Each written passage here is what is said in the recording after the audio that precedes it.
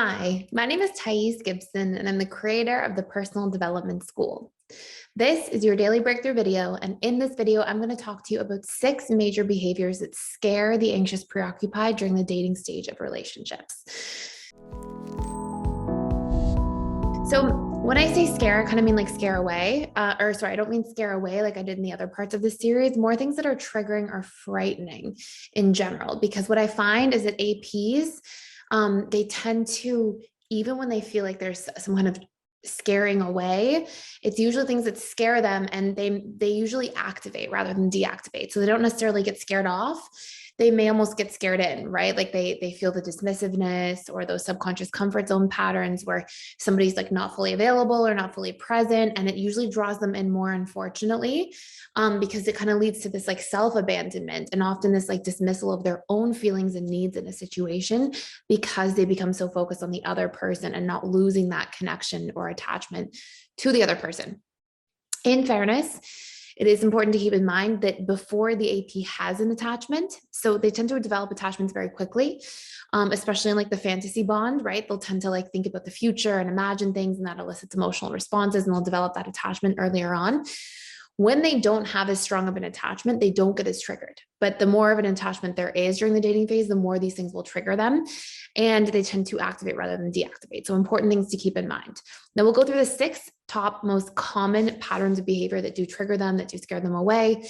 And these are really important things if you are the AP to know that are setting your alarm bells off. And it's a call for you to have a conversation about these things, share your needs, do so in a healthy way that considers the other person's needs as well.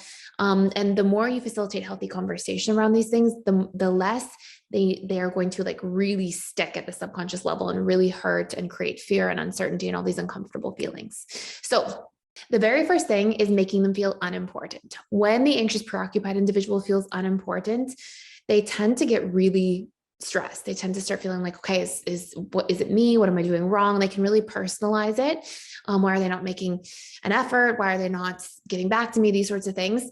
And feeling unimportant really goes hand in hand with not spending time or making time, which is our next one, not planning dates and not texting back. Okay. So these are just 4 things that go right together, but they are all different, separate things. So if making them feel unimportant could be things like not giving your presence or attention, especially when you're with them in person, or acting kind of dismissive, like over the phone or things like that, not making time, like saying, yeah, we'll see each other when we see each other, but like, maybe planning once every 3 weeks to see them, or once a month, or once every 2 weeks, and just not making enough of an effort, even just to have like a phone conversation or things like that. Not texting back. Very, very triggering for APs for sure, more than any other attachment style. Not planning dates and like locking something in, especially as you're getting to know somebody. That really triggers those rejection core wounds and feeling not good enough as the anxious preoccupied. And again, they tend to personalize it. Like rather than thinking, oh, maybe this person has different needs for connection. Maybe they have a different pace according to their programming or their attachment style that they want to move at. Maybe they just got out of a relationship, or they have a history and they're just trying to like get their feet wet in dating and sort of see how they feel, instead of like seeing it through the lens of possibilities from a neutral, more objective point of view. The AP tends to see things as like, it's me. I didn't show up well enough on the date. I didn't do a good enough job of being interesting or funny, or I didn't look good enough, and they tend to really personalize it. It's like so unfair to the poor anxious preoccupied going through this, because it's like the situation's already triggering from the unmet needs perspective, but then you combine that with, then we tell stories about it and make it mean negative things about ourselves. And now we've got suffering instead of just pain. So these are 4 major first components. We have 2 other ones, but if you want to do a deeper dive into this stuff, we have advanced attachment style courses you can check out for free for 7 days by clicking the link in the description box below. By entering in to the school and seeing all the courses that are there, just search on your dashboard, advanced anxious or advanced fearful, whoever you want to see.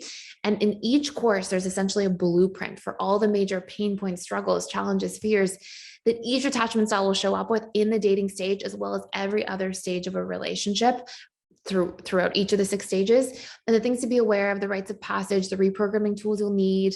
It gives you like a full roadmap for all of these different things. So you can check those out for free for 7 days with the workbooks, all that good stuff. Number 5 is if there's a lack of validation or reassurance. So if there's a lack of like complimenting them, letting them know that you're interested in them, these sorts of things, especially early on. APs are like, they can often feel confused. Like, I don't know if the person's really that interested. I don't know if they really like me. And again, even just like the AP can feel rejected by an active rejection. So somebody's saying they'll call and they don't even call when they said they were going to, or they say, hey, I don't like this thing about you, or they put you down in some way or something like that. That's like an active rejection. Anxious, preoccupied individuals get really hurt by even like passive rejection, the rejection that occurs just because nothing good occurred, right? There wasn't the validation or the comment, or nobody said, hey, I'm really interested yet. And so just that they tend to perceive as rejection, just the absence of the good happening, not even like the direct negative, but even the lack of positive, they will perceive as a rejection as well. And the last thing is incongruent behavior. The reason this tends to be really triggering for APs is because they don't like the uncertainty. They really, as much as anxious preoccupieds think that they're super focused on love and connection in a relationship and bonding and feeling wanted and all these like relationship connection type values or needs really.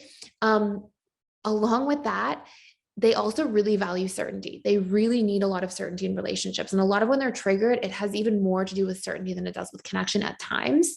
And so those things are both really important to anxious individuals, especially in the dating stage of relationships. So I hope this makes sense. Again, you can check out those courses, do a much deeper dive for 7 days by clicking the link in the description box below. Thank you for being here. Thank you for being a part of this channel, for checking all this content out. If you're getting a lot of value, please subscribe. It would mean a lot to me. And thank you again for being here, and I will see you in the next video.